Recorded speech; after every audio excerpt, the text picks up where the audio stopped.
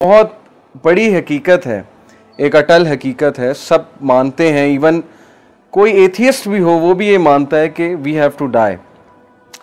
सो इस्लाम हमें बताता है कि जब हमारी मौत होती है तो क्या होता है हमारे साथ, रूह के साथ क्या होता है, कब्र में क्या होता है। तो कब्र के हवाले से इंशाल्लाह एक हदीस मैं आप सबसे शेयर करता हूँ। प्रॉफिट सल्लल्लाहु अलैहि वसल्लम सेड, बहुत लंबी हदीस है लेकिन मैं आपको वो बताऊंगा जो बेसिकली क्रक्स है उस हदीस का। इज़ा दखलल मय्यितुल क़ब्र, जब मैयत को कब्र में ले जाया जाता है, यानी जब रूह आसमानों पे जाती है, अल्लाह ताला से मिलती है। ये हदीस में आता है कि सातों आसमान चढ़ती है रूह, फिर अल्लाह ताला तक ले जाया जाता है, यानी अल्लाह को देखती नहीं है लेकिन अल्लाह की प्रेजेंस में पेश किया जाता है। और अल्लाह अगर उससे राज़ी है तो अल्लाह कहते हैं इसको ले जाओ, मैं इससे राज़ी हूँ।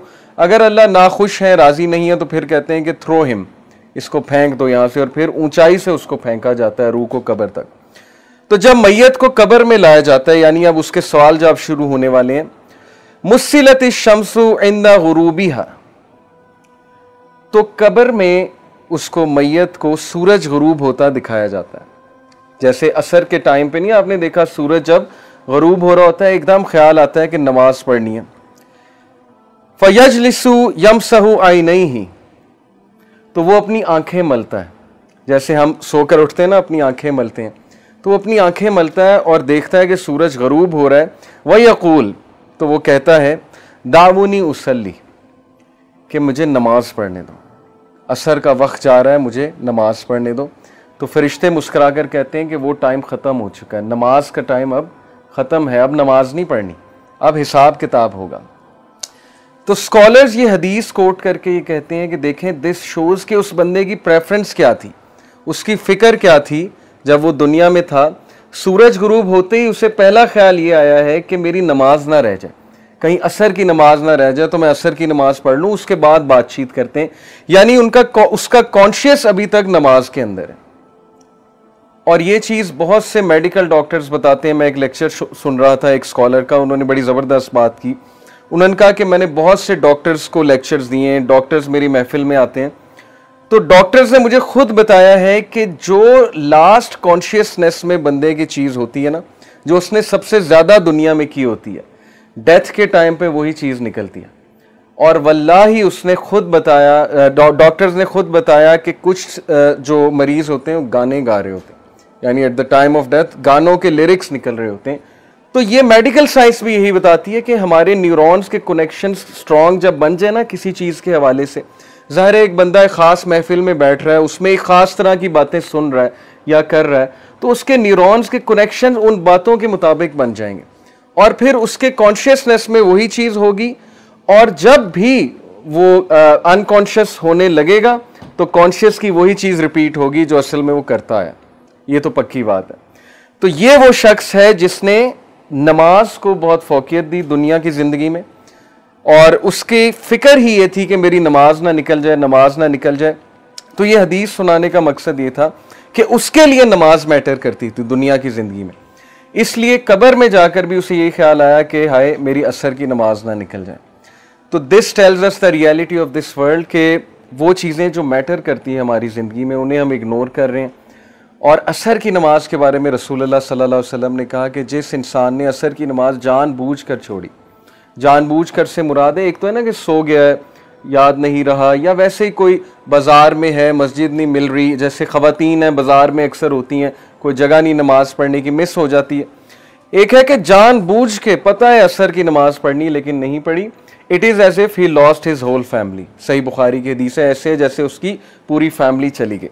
और एक हदीस में आता है कि उसके सारे अमाल बर्बाद हो गए, इट इज़ एज इफ उसके सारे अमाल बर्बाद हो गए। ये भी सही बुखारी की हदीस है। तो इसलिए अल्लाह ताला ने कुरान मजीद में सलातुल वुस्ता की हिफाजत की बहुत तलकीन की, और सलातुल वुस्ता इज़ द मिडल सला। असर की बहुत अहमियत है, असर की नमाज की। ओके, तो कुछ भी हो जाए असर की नमाज न छोड़ा करें। इसीलिए उसको वहाँ भी सूरज गुरूब होता दिखाया जाएगा और वो कहेगा कि दावुनी उसल्ली, कि लेट मी ऑफर सलाह, बट फरिश्ते कहेंगे अब नमाज पढ़ने का टाइम जो है वो गुजर गया। तो मूविंग ऑन, आज का जो टॉपिक है इंशाल्लाह, आज हम बात करेंगे एक बहुत इंपॉर्टेंट चीज़ की, जिसकी इम्पॉर्टेंस यहीं से वाजे हो जाती है कि अल्लाह ताला ने हमें वो चीज़ मांगने के लिए बहुत ज़्यादा तलकीन की है, हमें दुआएं सिखाई हैं अल्लाह ताला ने कि ये दुआएं करो ताकि तुम्हें ये चीज़ नसीब हो, तुम्हें ये चीज़ मिले, तुम्हारी ज़िंदगी संवर जाए। वो चीज़ क्या है? Let me show you this picture to you. और मैं अगर आपसे पूछूं कि हम दुआ करते हैं, माशाल्लाह सब करते हैं, चाहे जैसा भी है इंसान, गुनाहगार है, हम सब गुनाहगार हैं, नमाजी है, बेनमाजी है, जैसा भी है, मुसलमान तो है, अल्लाह से दुआ तो करता है, डेफिनेटली करता है। तो हमें देखना है कि हमारी मेजॉरिटी दुआएं क्या होती हैं। क्या हमारी दुआएं सिर्फ दुनियावी होती हैं कि अल्लाह मेरा रिश्ता इधर करा दे, मुझे ये पसंद आ गया, मुझे ये शख्स दे दे, ठीक है, इन दुआओं में कोई हर्ज नहीं है। अगर कोई पसंद आ जाए तो उसके बारे में ये हलाल दुआ करना, ये बड़ी अच्छी बात है कि मैं हराम से बचना चाहता हूँ तो हमारा निकाह हो जाए, लेकिन ऑब्वियसली एक दुनियावी दुआ है। और फिर या अल्लाह मुझे जॉब दे दे, मेरी इतनी सैलरी हो जाए, या मुझे ये चीज़ दिला दे, या मुझे ये पोजीशन दिलवा दे, वगैरह वगैरह। ये सारी दुनियावी दुआएं हैं। और इसी तरह बच्चों के बारे में माँ बाप जितनी भी दुआएं करते हैं मोस्टली दुनियावी होती हैं कि अल्लाह इसका यहाँ एडमिशन हो जाए, इसकी ज़िंदगी संवर जाए, इसको अच्छी बीवी मिल जाए, या इसको अच्छा खामद मिल जाए, वगैरह वगैरह, इसका नसीब अच्छा हो जाए। हर्ज कोई नहीं है, मैं ये नहीं कह रहा कि ये दुआएं गलत हैं, बिल्कुल करनी चाहिए, लेकिन कितने % हमारी दुआओं का हिस्सा इस बारे में होता है कि या अल्लाह मुझे हिदायत दे दे, या अल्लाह कल मुझे मौत आए तो सजदे में आए, या अल्लाह कल मुझे मौत आए तो हिदायत पे मौत आए, या अल्लाह मुझे नबी सल्लल्लाहु अलैहि वसल्लम की कंपनी नसीब फरमा जन्नत में, या अल्लाह मैं मूसा अलैहिस्सलाम से मिलना चाहता हूँ तो मुझे उनकी कंपनी नसीब फरमा, या किसी सहाबी के घर के करीब मुझे घर दे जन्नत में। यू अंडरस्टैंडिंग ना कि दुआओं का पैराडाइम ही शिफ्ट हो गया है। दुनियावी तो है ही, लेकिन वो दुआएं जो एक्चुअली मैटर करती हैं, जैसे इब्राहीम अलैहिस्सलाम की आप दुआ चेक करें और उनका विजन चेक करें, क्या मांगा अल्लाह से कि रब्बी जालनी मुकीमस्सलाती व मिन ज़ुर्रियती रब्बना व तक़ब्बल दुआ रब्बना इग़फ़िरली व लिवालिदैया व लिलमुमिनीना यौम यक़ूमुल हिसाब, कि ए मेरे रब मेरी औलाद को नमाज पर मुकीम रखी। यानी अपने लिए भी दुआ की, औलाद के लिए, और औलाद से मुराद पता नहीं पुश्तों की पुश्तें, कि मेरी पुश्तों में से बेनमाजी कोई ना आए। विजन चेक करें। हम तो मांगते हैं ना बच्चे के लिए जॉब मांगते हैं, ठीक है, अच्छी बात है, बच्चा जॉब पे लगे, बहुत अच्छी यूनिवर्सिटी में जाए, पढ़े, लेकिन इतनी दुआ, ये दुआ कितने लोग करते हैं कि अल्लाह मेरी औलाद और मेरी पुश्तों में से बेनमाजी कोई ना आए। नमाजी बनाना, सबको अपना फर्मा बरदार बनाना, इबादत गुजार बनाना। रब्बी जालनी मुकीमस्सलाती व मिन ज़ुर्रियती रब्बना व तक़ब्बल दुआ, ए मेरे रब मेरी दुआ कबूल फरमाना। रब्बना इग़फ़िरली व लिवालिदैया व लिलमुमिनीना, ए मेरे रब मुझे माफ़ करना, मेरे वालिदैन को माफ़ करना, और मोमिनीन को जो आने वाले उनको माफ़ करना। यौम यक़ूमुल हिसाब, और उस दिन हमारा हिसाब आसान लेना। This is vision. ये होती है लीडरशिप, और ये होता है एक लीडर की दुआ कि कितने विजन के साथ कितनी ब्रॉड दुआ कर रहे हैं। इसी तरह नबी सल्लल्लाहु अलैहि वसल्लम की फेवरेट दुआ आपको पता है क्या थी? रब्बना आतिना फिद दुनिया हसनतौ व फिल आखिरति हसनतौ व क़िना अज़ाबन्नार। Very comprehensive. हज़रत आयशा कहती हैं अल्लाह के नबी की फेवरेट दुआ थी, और ये इतनी कॉम्प्रिहेंसिव है कि इसमें हर चीज़ आ जाती कि Allah give me the best of both worlds. इस इधर जो भी आप देंगे वो बेस्ट दीजिएगा, वो मेरी आखिरत के लिए भी अच्छा और आखिरत में भी बेस्ट दीजिएगा। तो दुआओं का ना थोड़ा सा पैराडाइम शिफ्ट कीजिए। असहाबे काफ की दुआ, रब्बना आतिना मिन लदुनका रहमतन व हय्यि लना मिन अमरिना रशदा। ए हमारे रब हमें गाइड कर सीधे रास्ते पे, और हमें हिदायत पे में इंक्रीज कर, और हमें रास्ता दिखा, और हमें साबित कदम कर दे। इसमें सब कुछ आता है इस दुआ में।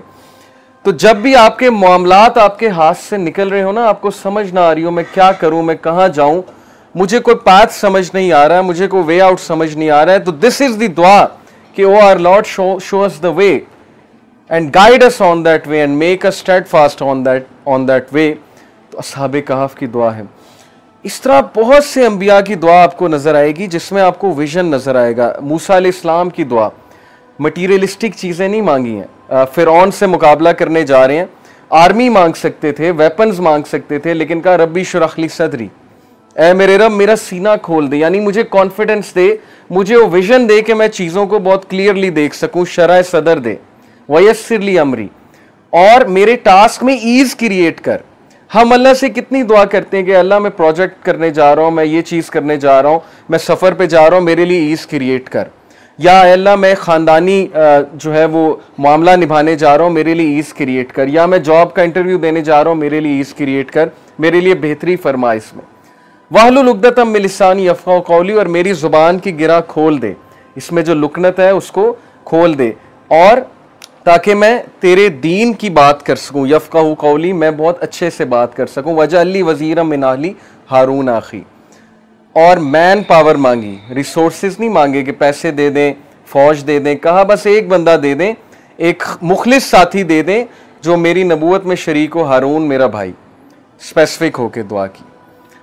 तो हमने देखना है कि हम क्या दुआस कर रहे हैं, क्या हम हिदायत मांग रहे हैं अल्लाह ताला से, क्या हम अल्लाह ताला से तौफीक मांग रहे हैं। क्योंकि उमर रज़ियल्लाहु अन्हु ने कहा था कि मुझे ये डर नहीं है कि मेरी दुआ कबूल होगी कि नहीं, मुझे ये डर है कि मुझे दुआ की तौफीक भी होगी कि नहीं। ये बहुत बड़ी बात है कि मैं दुआ भी करूंगा कि नहीं करूंगा, असल बात ये है। मैं आपको एक वाक़या सुनाता हूँ। हमारे एक दोस्त थे DHA में, अब दुबई में होते हैं, तो माशाल्लाह उनका एक इस्लामिक सेंटर था, तो वहाँ पर बहुत लोग आते थे। तो वहाँ पर उनके एक दोस्त आए, बहुत अरसे बाद उन्हें मिले, और उन्हें पता लगा कि इनकी वालदा बीमार हैं, हार्ट अटैक हुआ है, हॉस्पिटल में हैं, काफ़ी अरसे से हैं। तो उन्होंने हालचाल पूछा, और उन्होंने फिर वालदा की खैर खैरियत पूछी, माशाल्लाह वालदा ठीक थी। तो फिर उन्होंने उनसे क्वेश्चन किया कि आप नमाज़ पढ़ते हैं, मतलब दुआ करते हैं वालदा के लिए, नमाज़ पढ़ते हैं? तो उन्होंने कहा कि नहीं, नमाज पढ़ने का नहीं टाइम मिलता। बस उन्होंने एक उज़र पेश किया कि नहीं पढ़ पाता। तो उन्होंने कहा कि सही बताएं, जुम्मा आपने कब पढ़ा है? तो उनके लाइफस्टाइल से पता लग रहा था कि जुम्मा भी नहीं पढ़ा, काफ़ी अरसा हो गया। तो शर्मिंदा हो गए थोड़े, कहते कि नहीं जुम्मा भी नहीं मैं पढ़ सका। तो फिर उन्होंने कहा कि नहीं, आप अल्लाह का शुक्र फिर कैसे अदा करते हैं? अल्लाह का शुक्र अदा हमारे नज़दीक यही ना कि नमाज पढ़ के है, ये एक जेस्चर है अल्लाह का शुक्र अदा करने का। तो आप अल्हम्दुलिल्लाह सुभान अल्लाह नहीं कहते अल्लाह के बारे में? तो ही सेड कि मैंने उनसे कोशिश की ये कहलवाने की कि आप चलें अल्लाह का शुक्र अदा कर दें, वालदा को अल्लाह ने सेहतयाब कर दिया है। तो ही सेड कि मैंने अपनी आंखों से देखा कि उनसे अल्हम्दुलिल्लाह उगला ही नहीं जा रहा था, कहा ही नहीं जा रहा था उनसे अल्हम्दुलिल्लाह, ज़ुबान पे नहीं आता। जब तौफीक ही नहीं है अल्लाह की तरफ से, तो ये वाक़या सुनाने का ये मतलब नहीं है कि हम उनकी कोई यहाँ पर बैठ के बुराई करें, हम उनके लिए दुआ करते हैं कि अल्लाह ताला उनको भी तौफीक दें, उनको भी दीन की तरफ लेकर आएँ। लेकिन ये बहुत इबरतनाक वाक़या है कि ज़ुबान पे भी उसी के आता है जिससे तौफीक है। तो अल्लाह से तौफीक मांगनी चाहिए कि मेरा दिल सख्त हो गया है, मेरी ज़ुबान पे चीज़ नहीं आ रही, नमाज़ पढ़ने का दिल सपोज किसी का नहीं करता, तो दुआ करें। लास्ट टाइम हमने एक दुआ सीखी थी, रब्बी आइन्नी अला ज़िक्रिका व शुक्रिका व हुस्नी इबादतिका। तो यही तो वो दुआ है कि अल्लाह मुझे इबादत में हुस्न अता फरमा। तो मेन चीज़ है दुआ का करना। जिस बंदे ने दुआ के लिए हाथ उठा लिया, मैं आपको बता रहा हूँ उसकी ज़िंदगी चेंज हो जाएगी। ये अल्लाह का वादा है। सूरह अनकबूत में वर्स 65 में अल्लाह ताला कहते हैं कि जो भी हमारे रास्ते में जिहाद करेगा, चलेगा, तो हम उसके लिए रास्ता हमवार करेंगे, हम उसके लिए रास्ता खोलेंगे। मैं आपको मिसाल देता हूँ कि 2018 में दिसंबर में हमने उम्रे पे जाना था। ये बिलाल भाई बैठे हैं, ये भी इसी तरह अगले साल गए उम्रे पे। एक ग्रुप ने जाना था। उम्मुल कुरा यूनिवर्सिटी ने एक कोटा दिया था कि पाकिस्तान से 10 लोग आ सकते हैं जो दीन का कोई काम कर रहे हैं।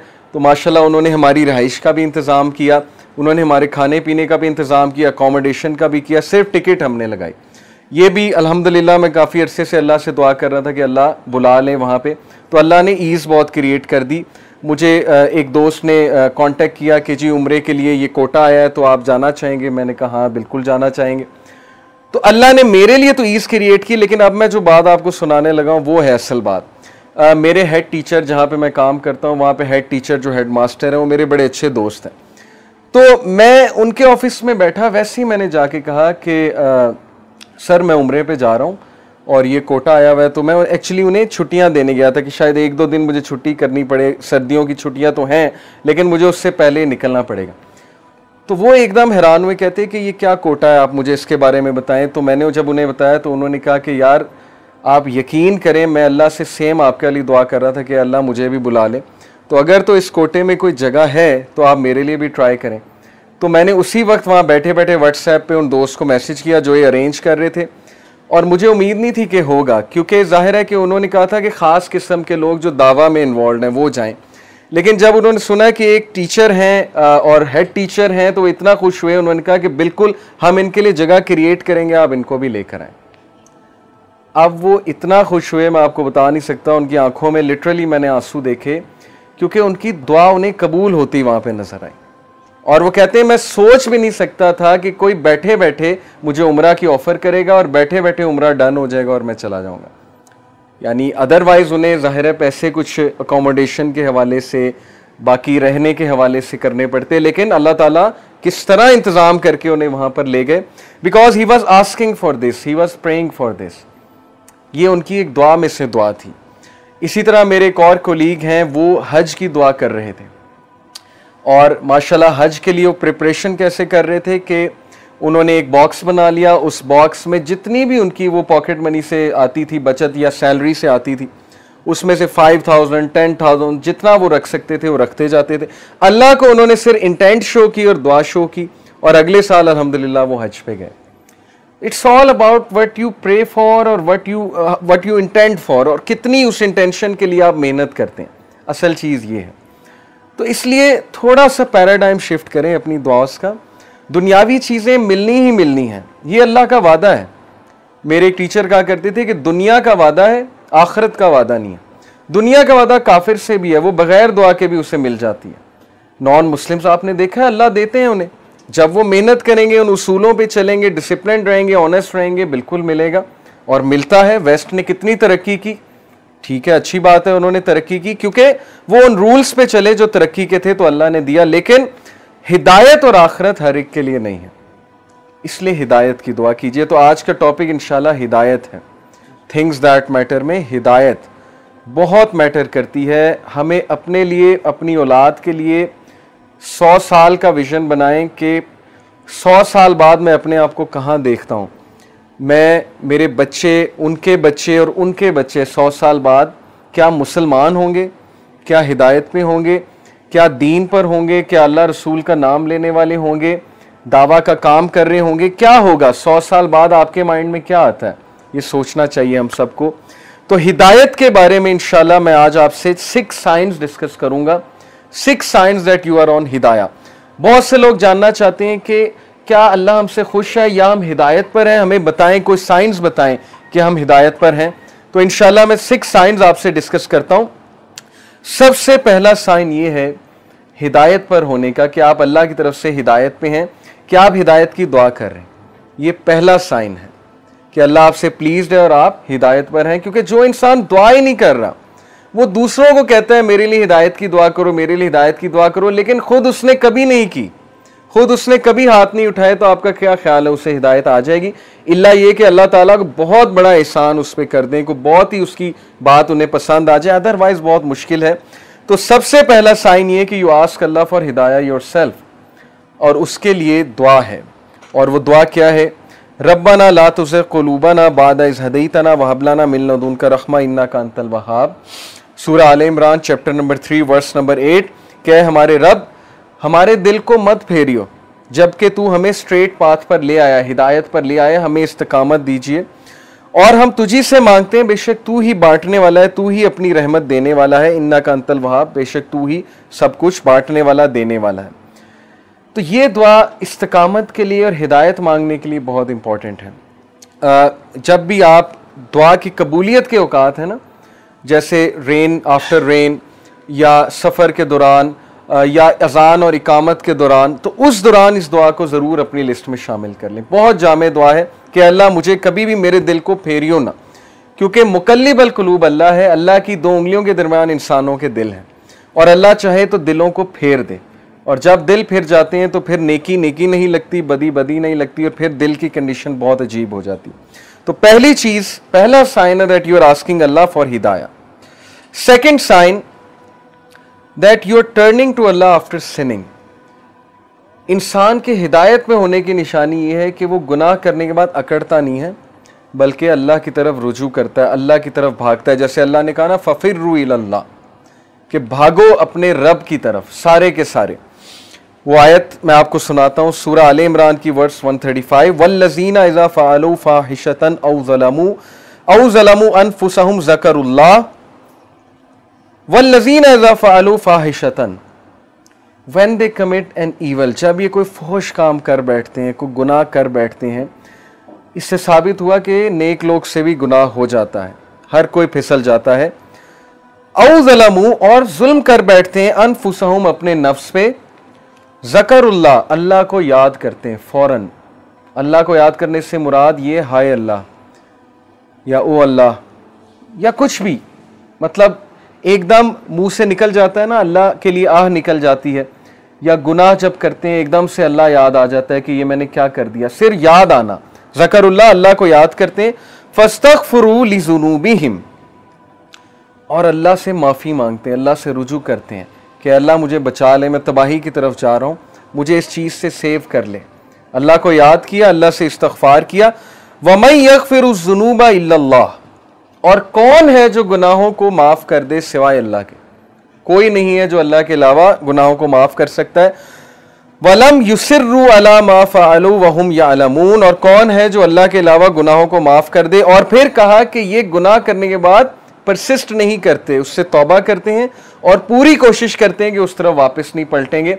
इसीलिए ट्रू रिपेंटेंस की कंडीशन मैं आपको बताऊं, स्कॉलर कहते हैं कि ट्रू रिपेंटेंस ये है, अगर आपने देखना है ना कि आपकी तौबा कबूल हुई है कि नहीं हुई है, तो ये देखें कि आप उस गुनाह से बच रहे हैं कि नहीं बच रहे हैं। तो गुनाह से तौबा ये नहीं है कि गुनाह किया और फिर तौबा की और फिर गुनाह किया, यानी प्लान करके तौबा की और प्लान करके गुनाह किया। ये प्लानिंग वाला जो काम है ये खतरनाक है।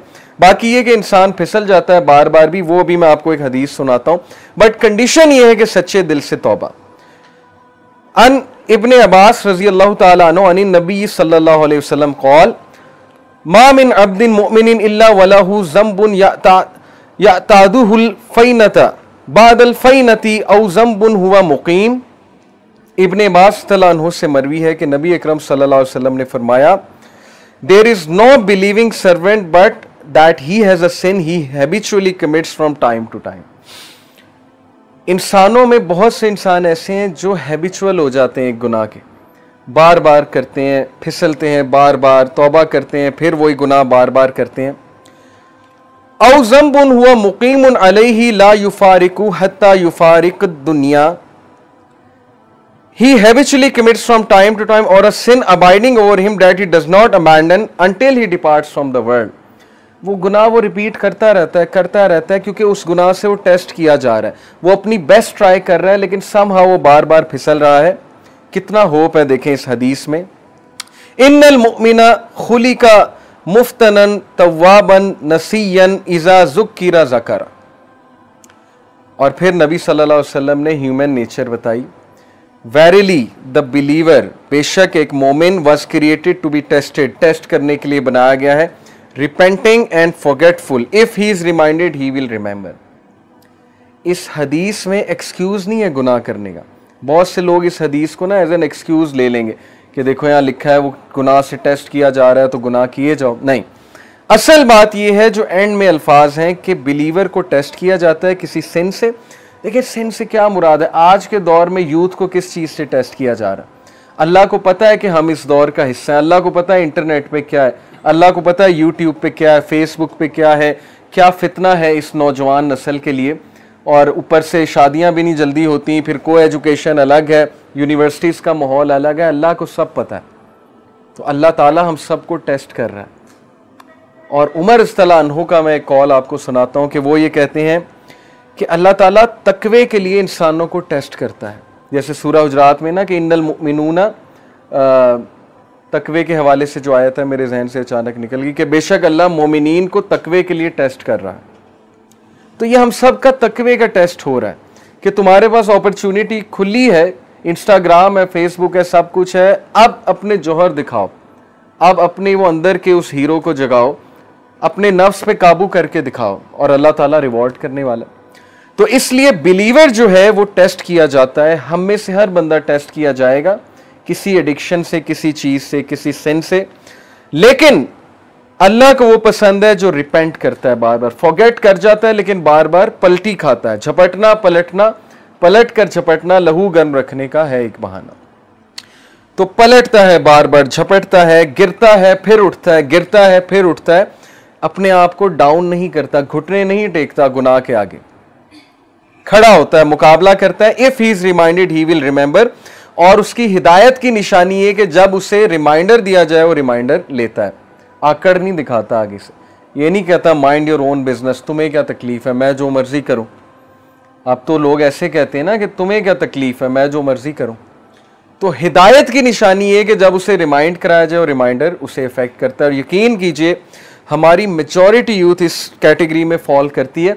हम जज कर लेते हैं किसी की ड्रेसिंग से, जैसे ख़वातीन है यूनिवर्सिटी में, आपको पता है ड्रेसिंग किस तरह की होती है, हम उन्हें देख के जज कर लेते हैं कि लो जी ये तो ड्रेसिंग ऐसी है, लिहाजा ये तो वैसे ही जो है इस्लाम से बहुत दूर है। क्या पता आप उन्हें रिमाइंडर दें, क्या पता कोई एक हदीस सुनाएं, क्या पता वैसे ही इन्वाइट करें किसी हलका में, वो कि अल्लाह रसूल की बात सुने और उन्हें इफेक्ट कर जाए और उनका दिल तब्दील हो जाए, चेंज हो जाए। इसलिए कभी भी जज किसी को ना करें, रिमाइंडर दें। फज़क्किर इन नफ़ात ज़िक्रा सयज़्ज़करु मन यख़शा, नसीहत करो दूसरों को अगर नसीहत उसको फ़ायदा देती है। जो अल्लाह से डरने वाला है, जो हिदायत पे है, वो नसीहत पकड़ लेगा। हमारा काम है नसीहत करना, हमारा काम जज करना नहीं है। तो ये हदीस बहुत होपफुल है, बहुत होप दिलाती है कि इंसान बार बार फिसलता है, गुनाह करता है, फॉरगेटफुल है। इंसान का मतलब ही भूलने वाला है। इसीलिए ये हलाकात, ये रिमाइंडर्स बहुत ज़रूरी हैं कि अपने आप को बूस्ट रखो। कुरान डेली पढ़ना इसीलिए बहुत ज़रूरी है। जो बंदा रोज़ाना कुरान पढ़ता है, थोड़ा तदब्बुर करता है, वो बच जाएगा इंशाल्लाह। बहुत उम्मीद है कि वो इन चीज़ों से बच जाएगा। तीसरी निशानी कि आप हिदायत पर हैं, ये तो थी ना कि आप अल्लाह की तरफ भागते हैं, रिपेंट करते हैं गुनाहों से। तीसरी निशानी है कि you see your own mistakes. ये बहुत बड़ी निशानी कि आप हिदायत पर हैं, आपका दिल साफ है। अपनी मिस्टेक देखने से क्या मुराद है? हम सब दूसरों की मिस्टेक्स तो देखते हैं, दूसरों से तो बहुत शिकायत करते हैं। क्या हमें अपनी गलतियां नजर आ रही हैं? क्या हमें अपनी खामियां नजर आ रही हैं? अपनी खामियां नजर आना बहुत बड़ी ब्लेसिंग है और ये अल्लाह की तरफ से निशानी है कि अल्लाह आपको पसंद करता है। इसलिए अल्लाह ताला आपको आपकी खामियां दिखाता है कि आप करेक्ट करें, रिफाइन हो, इम्प्रूव हो और मजीद बेहतर बन जाए। इसीलिए देखें अल्लाह हमें ऐसी सिचुएशन में डालता है जहां हमारी खामियां एक्सपोज हों। वो एक कोट है ना बड़ा ज़बरदस्त के अगर आपके इर्द गिर्द सिर्फ ऐसे लोग हैं ना जो आपकी तारीफ़ ही करते हैं, तो इसका मतलब आप ग्रो नहीं कर रहे। अगर आपका कोई ऐसा दोस्त नहीं है ना जो आपको आपकी खामियां नहीं बताता या आपको आपके गिरेबान में नहीं कभी कभी झांकने पे मजबूर करता, तो इसका मतलब कि आपकी फ्रेंडशिप जो है वो सिर्फ मटीरियलिस्टिक पर्पस के लिए, क्योंकि सिंसियर दोस्त हमेशा आपको करेक्ट करेगा। तो तीसरी चीज़ मैं आप सबको बता रहा था कि सीइंग वंस ओन मिस्टेक, अपनी गलती देख लेना। उसके बारे में एक आयत आपको सुनाता हूं, सूरह तौबा आयत number 102। And there are others who have acknowledged their sins, they had mixed a righteous deed with another that was bad, perhaps Allah will turn to them in forgiveness, indeed Allah is forgiving and merciful. ये किसके बारे में आयत है? कुछ सहाबा थे जो गज़वा तबूक पर नहीं जा सके थे। गज़वा तबूक के बारे में पता है ना आपको, जो रोमन्स के खिलाफ नबी सल्लल्लाहु अलैहि वसल्लम एक जंग लड़ने गए थे और ये डिसाइसिव वॉर थी और ये एक्चुअली फतह मक्का के बाद है गज़वा तबूक। गज़वा तबूक के बाद सूरह तौबा नाजिल हुई है। तो एक सहाबी थे काब बिन मालिक, बहुत नेक सहाबी, बहुत अच्छे सहाबी, लेकिन केयरलेसनेस की वजह से वो अल्लाह के नबी के साथ जिहाद पे नहीं जा सके। एक और सहाबी थे, उनसे क्या केयरलेसनेस हुई, मैं आपको उनकी केयरलेसनेस बताता हूं। वो नबी सल्लल्लाहु अलैहि वसल्लम का ऐलान सुन के आए कि चलो भाई नाउ वी नीड यू, अब निकलते हैं इस्लाम को डिफेंड करने के लिए, रोमन्स हमें थ्रेटन कर रहे हैं।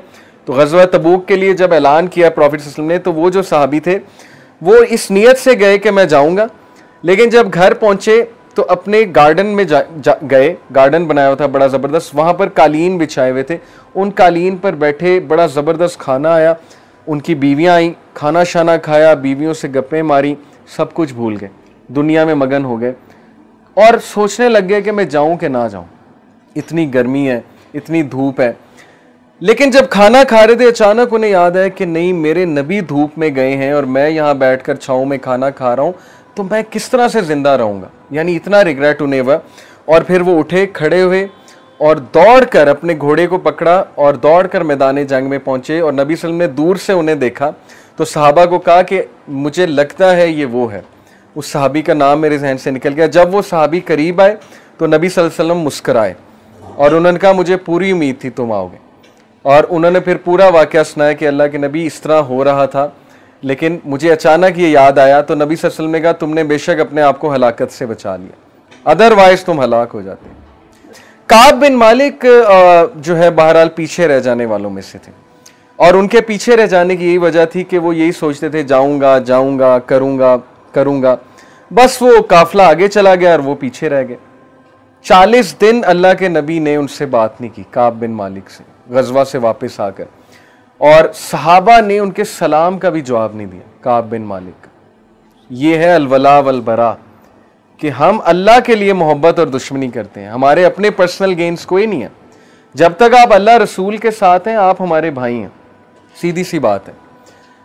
तो 40 दिन उनसे जब बात नहीं की गई तो बहुत रोए, बहुत रिपेंट किया उन्होंने और अपनी मिस्टेक्स को एक्नॉलेज किया, एक्सेप्ट किया, अकड़ नहीं गए, बहाने नहीं बनाए, एक्सक्यूजेज नहीं दी, नहीं ये हो गया था वो हो गया था, कई एक्सक्यूजेज सोच कर आए। बड़ी मजे की बात है कि लेकिन नबी सल्लल्लाहु अलैहि वसल्लम की महफिल में जब आए तो कहा कि अल्लाह के नबी, मैं सच बात यह है कि एक्सक्यूजेज सोच रहा था, लेकिन सच ये है कि मेरे पास कोई एक्सक्यूज नहीं है और मुझे आना चाहिए था लेकिन मैं नहीं आ सका। तो ये वो लोग हैं, उनके बारे में आयत नाजिल हुई कि इनमें से कुछ लोग ऐसे हैं जिन्होंने अपनी गलतियों को एक्नॉलेज कर लिया है, मान लिया है कि हमसे गलती हुई है, अकड़े नहीं आगे से, और इन्होंने एक अच्छे अमल के साथ एक बुराई को मिक्स कर लिया था। यानी बुराई ये कि पीछे रह गए, और सहाबी के लिए बहुत बड़ा गुनाह था कि अल्लाह के नबी को छोड़ दे, अपने लीडर को छोड़ दे। तो अल्लाह ने कहा perhaps Allah will turn in forgiveness, अल्लाह उन्हें माफ फरमाएगा इंशाल्लाह, और अल्लाह ने उन्हें माफ फरमाया, बेशक अल्लाह मर्सीफुल है, फॉरगिविंग है। तो इसलिए एक्सरसाइज ये आपको करनी चाहिए कि क्या आपको आपकी खामियां पता है, क्या आप खामियां जो बताए आपको उस पर गुस्से तो नहीं होते। स्पेशली माँ बाप बताते हैं ना, देखें बच्चों को माँ बाप उनकी खामियां बताते हैं, बच्चे माइंड कर जाते हैं। माइंड नहीं करना चाहिए, सुन लें कि अब्बू क्या कह रहे हैं, अम्मी क्या कह रही हैं। ऑल्दो आई अंडरस्टैंड कि देसी कल्चर में वालिद का रोल बहुत ज़्यादा ही एक क्रिटिकल हो गया, ओवर क्रिटिकल हो गया, बहुत ज़्यादा ही खामियां बताते हैं, लेकिन आप सुन लिया करें, आप देख लिया करें, अगर आप में कोई खामी है उसको इम्प्रूव करें। अगर आप जिम्मेदार नहीं हैं आप जिम्मेदार हो जाएं। अगर आप ज़रूरत से ज़्यादा टाइम वेस्ट कर रहे हैं गैजेट्स में, माने उस गलती को कि भाई यस मैं ज़रूरत से ज़्यादा गेमें खेल रहा हूँ, ज़रूरत से ज़्यादा गैजेट यूज़ कर रहा हूँ, मुझे पेरेंट्स को टाइम देना चाहिए, जिम्मेदारियाँ निभानी चाहिए, मुझे होमवर्क करना चाहिए, असाइनमेंट्स करनी चाहिए। तो अपनी गलती हर कोई नहीं देखता। फिर दोस्तों में भी, दो दोस्तों में कोई इख्तलाफ हो गया, अब दोनों को देखना चाहिए कि मैं कहाँ गलत हूँ। फिर रिश्तेदारों में किसी से लड़ाई झगड़ा हो गया, आप ये देखें आप कहाँ पर गलती पे हैं। कहीं आपके लहजे में, आपकी टोन में तो कोई मसला नहीं था जिसकी वजह से लड़ाई हो गई। क्या सारा कसूर उसी का है या कुछ कसूर आपका भी है? शायद आपसे भी कोई गलती हुई हो। तो ये चीज़ कि मुझसे क्या गलती हुई है, ये भी हिदायत की निशानी है कि अल्लाह ने आपको इतनी अकल दी हुई है कि अपने अंदर भी गलती तलाश करो, सिर्फ दूसरों की गलतियां ना देखते रहो। चौथी निशानी, fourth sign that you are on हिदाया, और ये सबसे ज़बरदस्त निशानी है कि यू लव गुड, आप नेकी से मोहब्बत करते हैं और बुराई से नफरत करते हैं। Love for the good deeds and hated for the sin. हदीस में आपके सामने रखता हूं, कमाल की हदीस है, अबू उमामा रज़ियल्लाहु अन्हु ने रिपोर्ट किया, अ मैन आस्क्ड रसूलुल्लाह सल्लल्लाहु अलैहि वसल्लम व्हाट इज ईमान, व्हाट इज फेथ, ईमान क्या है, फेथ क्या है। द मैसेंजर ऑफ अल्लाह सल्लल्लाहु अलैहि वसल्लम सेड, अल्लाह के नबी ने फरमाया, इज़ा सर्रत का हसनतु का वसाअत का सय्यतु का फअंत मुमिन। If you are happy with your good deeds, अगर नेकी तुझे खुश करती है और गुनाह तुझे सैड करता है, गम ज़दा करता है, तो तू मोमिन है। क्या कमाल क्राइटेरिया। अगर नेकी तुझे खुश करती है, यानी कभी कभी आप चैरिटी करते हैं, किसी का दिल बहलाते हैं, माँ बाप के लिए कुछ करते हैं, हाथ बटा देते हैं, या नमाज पढ़ के आते हैं और वो चीज़ आपको खुश करती है, तो ये निशानी है ईमान की। और गुनाह से आपका दिल दुखता है, जैसे वो दुआ है ना कि गुनाह को मेरे लिए कराहत अंगेज बना दे, तो गुनाहों से कराहत शो करना, गुनाह करके सैड हो जाना, गमज़दा हो जाना, ये हिदायत की निशानी, ये मोमिन की निशानी कि आपके अंदर ईमान बाकी है। लेकिन अगर गुनाह रूटीन बन गया है, गुनाह ही नहीं लग रहा है, और आप गुनाह करके मजीद अकड़ते हैं, बल्कि गुनाह करके दिखाते हैं, दोस्तों को दिखाते हैं जाके कि ये देखो मैंने गुनाह किया है, इसका मतलब आपको गुनाह लग ही नहीं रहा। इसीलिए मैं अक्सर यूथ को एडवाइस करता हूं कि भाई एक चीज़ है अकेले में बैठ के कुछ करना, एक है कि फेसबुक पे चढ़ा दिया, टाइमलाइन पे लगा दिया जी कि मैं ये गाना सुन रहा हूं, मैं ये कर रहा हूं, तो आप भी करें, तो वो आपके लिए नेगेटिव सदका जारिया आपने क्रिएट कर दिया। जो जो वो देखेगा गुनाह आपको। इसलिए बी वेरी केयरफुल। अक्सर हम वो पेजेस लाइक कर लेते हैं, वो चीज़ें शेयर करते हैं जिससे कोई और फितने में पड़ जाता है, तो ये हमारे लिए बहुत खतरनाक चीज़ है। इसलिए बुराई को बुराई समझें, गुनाह को रूटीन ना बनने दें। तो हिदायत वाला वो है जो नेकी करके खुश होता है और गमज़दा उसे गुनाह उसे गमज़दा करता है। The man said, O messenger of Allah, what is sin? अल्लाह के नबी गुनाह क्या है? द प्रॉफिट सल्लल्लाहु अलैहि वसल्लम सेड, इज़ा हाका फी नफ्सिका शैउन फदाअहु। गुनाह ये है कि अगर तेरे दिल में कोई चीज खटके और तुझे खटकना महसूस हो रहा है तो ये गुनाह है, यानी फॉलो योर कॉन्शियस।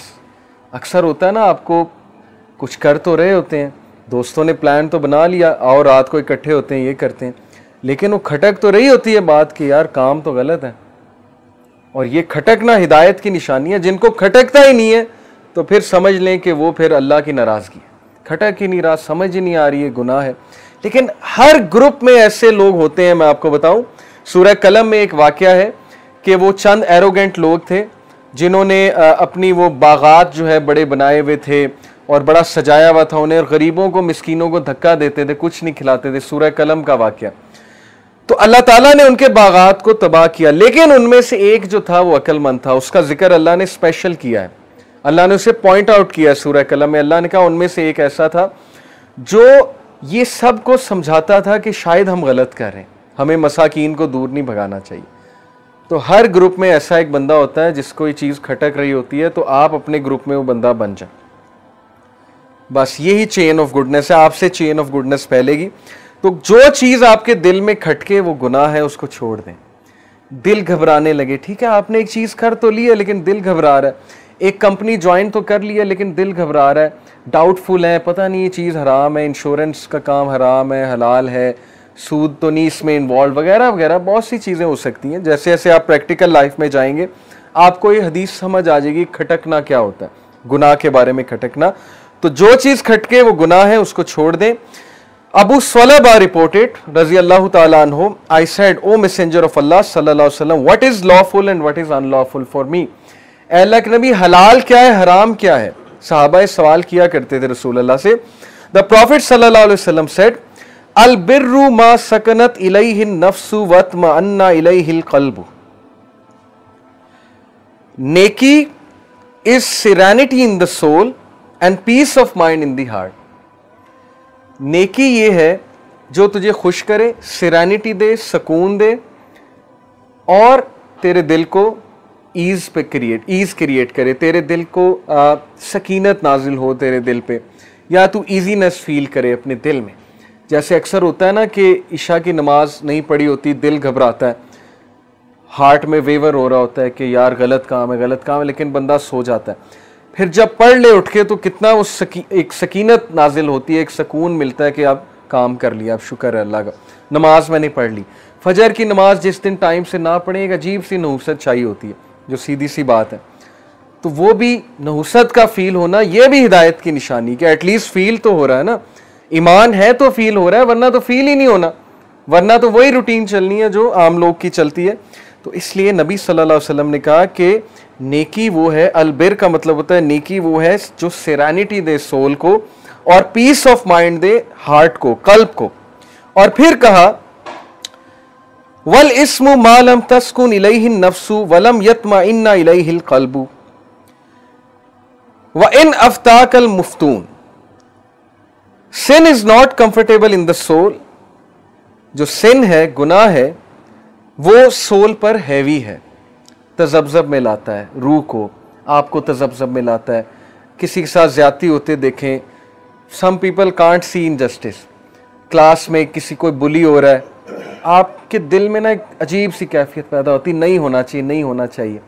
तो ये अच्छी बात है, स्टैंड लें, किसी को बुली ना होने दें, किसी के साथ ज्यादती ना होने दें। Sin is not comfortable in the soul and not satisfying to the heart even if the जज गिव्स यू अप्रूवल। चाहे कोई मुफ्ती भी फतवा दे दे गुनाह के बारे में, लेकिन वो फिर भी तुम्हारे दिल में खटकेगा, क्योंकि दिल अल्लाह ने बनाया है रूह अल्लाह ने बनाई है और वो झूठ नहीं बोल सकती। मुफ्ती गलत फतवा दे सकता है कि ये चीज़ हलाल है, आजकल हैं ऐसे मुफ्ती जो हर चीज़ को हलाल करार दे देते हैं, लेकिन दिल गवाही देगा कि नहीं ये चीज़ सही नहीं है, पता लग जाता है, दिल बता देता है। और फिर ये हदीस सुनिए, वबीसा इब्ने माबद reported, the messenger of Allah सल्लल्लाहु अलैहि वसल्लम said to me, have you come to ask about righteousness and sin, क्या तुम नेकी और गुनाह के बारे में पूछने आए हो? आई सेड यस, उनका जी या रसूल अल्लाह। The prophet clenched his fist and stuck his chest, clenched his fist and stuck his chest, अल्लाह के नबी ने फिस्ट यूं बनाया और अपने चेस्ट पे इस तरह स्ट्राइक किया और कहा, इस्तफ्ती नफ्सका इस्तफ्ती क़ल्बका या वाबिसतु सलासनल बिर्रु मा अत्मअन्नत इलैहि नफ्सु व अत्मअन्ना इलैहिल क़ल्बु। Consult your soul, consult your heart. गुनाह के बारे में जानना है तो यहां से आवाज आनी चाहिए, इसको कंसल्ट करो, अपने दिल को कंसल्ट करो, तुम्हें पता लग जाएगा तुम ज्यादती पे। अक्सर बहस हो जाती है दोस्तों से, रिश्तेदारों से, बीवी से, हस्बैंड से। बहस तो हम कर रहे होते हैं ईगो में, लेकिन इनसाइड हमें पता होता है गलत हम ही है, इनसाइड हमें पता है गलती हमारी है, लेकिन वो सिर्फ ईगो की वजह से बहस पे बहस हो रही है, अपने आप को डिफेंड करने पे। तो रसूल अल्लाह ने कहा, अगर नेकी चाहते हो तो यहां से फतवा लो, अपने दिल के पास जाओ, अपने सोल से पूछो कि मैं सही कर रहा हूं कि नहीं कर रहा हूं। ओ वाबिसा, ये साहबी का नाम है, righteousness is what reassures your soul and your heart, and sin is what wavers in your soul and puts tension in your chest. Righteousness, नेकी वो है जो तुझे अच्छा फील कराए, जो तुझे हल्का फील कराए, और गुनाह वो है जो भारी हो तेरे लिए। लोग एंग्जाइटी की शिकायत करते हैं आजकल, कितनी एंग्जाइटी कॉमन हो गई है हमारे माशरे में। लोग अपनी गलती देखते ही नहीं कि उन्होंने किस किस के साथ हुकूकुल इबाद में कमी की हुई है, अनइमेजिनेबल, उनका माइंड भी नहीं जाता। वो कहते हैं हम नमाजें भी पढ़ते हैं, हमने हज भी किया हुआ है, उम्रा भी किया हुआ है, लेकिन वो ये नहीं देखते कि जब वो बिजनेस कर रहे थे उन्होंने किस किस के साथ धोखा किया, और जब वो नौकरानी के साथ कितनी उन्होंने बदतमीजियां की हुई हैं और कितना दिल दुखाया हुआ है अपने नौकरों का। उन्हें इंसान नहीं समझा, हकूकुल इबाद में किस तरह की मिस्टेक्स उन्होंने की हुई हैं। तो एंग्जाइटी तो आएगी, क्योंकि सोल तजब्जब में वो चीख चीख के कह रही है कि तुम गुनाह कर रहे हो, लेकिन हमें नजर ही नहीं आ रहा। हम पर वो जो डॉक्टर इसरार मिसाल देते थे ना कि एक हमारे सामने ब्लैंकेट आ गया, ब्लैंकेट ऑफ सिंस, जो हमें रियलिटी नहीं देखने दे रहा। तो इसलिए मैं यही बार बार कहता हूँ कि अपनी गलतियाँ देखना ये हर एक के बस की बात नहीं है। आपके घर में कोई मसला हो, चाहे आपका भाई मिस्टेक पे, आपकी बहन मिस्टेक पे, आपकी बेटी मिस्टेक पे है, आप साथ उसी का देंगे जो हक पे है। नबी सल्लल्लाहु अलैहि वसल्लम ने कहा था कि हज़रत फातिमा भी चोरी करेंगी तो मैं इनके भी हाथ काट दूंगा। ये हर एक के बस की बात नहीं होती है कि अपने अपनों के खिलाफ जाए, अपनों के खिलाफ स्टैंड ले, लेकिन ज़ाहिर है हिकमत के साथ, ये नहीं कि लड़ाई मोल ले ले बंदा, उन्हें भी प्यार से समझाए कि आप गलती पे, आपने गलत किया है, उसकी कोई गलती नहीं थी। यही हिदायत की निशानी है। तो इसलिए अपने दिल से फतवा लिया करें कि आपने सही काम किया है कि नहीं किया है। और फिर नबी सल्लल्लाहु अलैहि वसल्लम ने फरमाया, वलिस्मु मा हाका फी नफ्सी व तरद्ददा फी सदरी व इन अफ्ताका नासु व अफ्तौका, even if the people approve it in their judgments again and again. चाहे लोग अप्रूव किए जाए, नहीं ये गुनाह नहीं है, ये गुनाह नहीं है, फिर भी अगर वो तेरे दिल में खटके तो वो गुनाह है। और आज आपके लिए हदीस इतनी एप्लीकेबल है, आप यूनिवर्सिटीज़ में जाएंगे, कल को वर्क प्लेस पे जाएंगे, वहाँ फ्री मिक्स्ड गैदरिंग है, वो उसको गुनाह नहीं समझते, वो हैंड शेक भी करते हैं, हाई फाइव्स भी चल रहे होते हैं, कंधे में कंधा डाल के भी चल रहे होते हैं, सब कुछ हो रहा होता है यूनिवर्सिटीज़ में, मैं भी पढ़ा हूँ, और उसको कुछ गुनाह समझा ही नहीं जा रहा होता। लड़कियाँ भूल गई हैं वो लड़कियाँ, लड़के भूल गए हैं वो लड़के हैं। ये तमीज़ ख़त्म हो चुकी है कि मैं मर्द हूँ, ये औरत है, औरत की कोई इज्जत थी हमारे माशरे में। हमारे दौर में इतनी सेंस हमें होती थी, जब हम ग्रुप ऑफ फ्रेंड्स बैठे होते थे ना, हम खिलखिला के हंस रहे होते थे, कोई ऐसी वैसी बात कर रहे होते थे, कोई लड़कों वाली बात कर रहे होते थे, जोक्स क्रिएट कर रहे होते थे, दूर से एक औरत चली आती थी, हम चुप कर जाते थे। ये इज्जत हमारे टाइम तक थी कि हम गाली नहीं देते थे कि नहीं यार अब वो आ गई। इतनी तमीज़ बाकी थी मेरे दौर तक। अब मुझे नहीं पता, आप बेहतर बताएंगे, लेकिन जहाँ तक मैंने देखा है वो तमीज़ ख़त्म हो चुकी। अब सब कुछ है, स्लैंग भी चल रहा है, एफर्ट्स भी चल रहा है, अब तो ड्रग्स भी चल रही हैं, गालियाँ भी चल रही हैं, सब कुछ चल रहा है, तमीज़ ख़त्म हो चुकी है, और उसका नतीजा आपके सामने है। वो सारे भुगत रहे हैं, उसका नतीजा हम सब भुगत रहे हैं। तो इसलिए जब गुनाह गुनाह ही ना लगे और गुनाह की तमीज खत्म हो जाए, लोग आपको कहेंगे इसमें क्या मसला है भाई, आप ऐसे ये बात करते रहते हैं जी इंटरमिंगलिंग नहीं होनी चाहिए, इंटरमिंगलिंग नहीं होनी चाहिए। तो लोग जितना मर्जी कहते रहें, जितने मर्जी फतवे देते रहें कि नहीं जी ये ठीक है, ये ठीक है, आपने लोगों की नहीं सुननी है।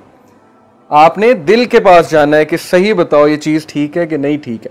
हर बंदा इन देयर हार्ट बिलीव कि ये चीज गलत है। मैं आपको दलील से कह सकता हूं, अगर आप किसी यूथ से पूछेंगे जो रिलेशनशिप में है, जिसकी गर्लफ्रेंड है, बॉयफ्रेंड है, हराम रिलेशन में है, वल्लाही 1 आउट ऑफ 100 ही कहेंगे ठीक है। अगर आप उनसे प्यार से पूछेंगे, सबके सामने वो कहेंगे इसमें कोई मसला नहीं, लेकिन जरा अकेले में ले जाएं, आराम से पूछें, प्यार से पूछें, यार सही बताओ, सच बताओ ये ठीक है कि नहीं है। 99 आउट ऑफ 100 कहेंगे गलत है। मैं आपको दलील से कह रहा हूं, मुझे यूथ पे कॉन्फिडेंस है कि अभी तक उनमें वो चीज बाकी है कि वो इसको गलत समझते हैं। चाहे नेटफ्लिक्स, चाहे टीवी सीरीज इसको जितना मर्जी आम कर दें, लेकिन गुनाह वो है जो दिल में खटके। बात खत्म हो गई। बस हमने दिल की सुननी है और सोल की सुननी है, और हमने अल्लाह से हिदायत की दुआ करनी। इसलिए प्लीज इस हदीस को ले लें। नबी सल्लल्लाहु अलैहि वसल्लम की एडवाइस है कि जब तुम्हारा हार्ट पीस पर है तो ये नेकी है, जब तुम्हारे दिल में तजब्जुब है, एंग्जाइटी आ रही है तुम्हें, तो फिर देखो कहीं तुमसे कोई गुनाह तो नहीं हो रहा है, तुमने किसी का दिल तो नहीं दुखाया, माफी मांग लो किसी से, तुम्हारी एंग्जाइटी खत्म हो जाएगी। सीटा न्यू तुम्हारी एंग्जाइटी खत्म नहीं करेगी, बड़ी फेमस मेडिसिन है, वो तो आर्जी तौर पे तो कर देगी केमिकल लेवल पे, लेकिन ये जो सोल की चीख है ये कैसे खत्म होगी? तो पहले जो लोगों को चक्कर दिए हुए, लोगों के साथ जो आपने गुस्ताखियां की हुई हैं, एक हदीस में आता है कि अल्लाह ताला क़यामत वाले दिन उस शख्स की तरफ देखेंगे भी नहीं, चाहे उसकी जितनी मर्जी इबादत हैं, जिसकी जुबान के डर से लोग उससे मिलना छोड़ देते।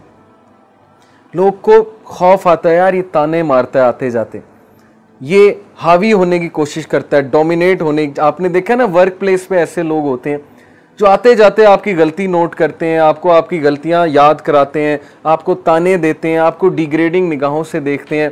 आप कहीं एंटर होते हैं तो मजाक उड़ाने वाले एक्सप्रेशंस देते हैं। हर तरह के लोग होते हैं हर जगह, तो घबराना नहीं है ऐसे लोगों से।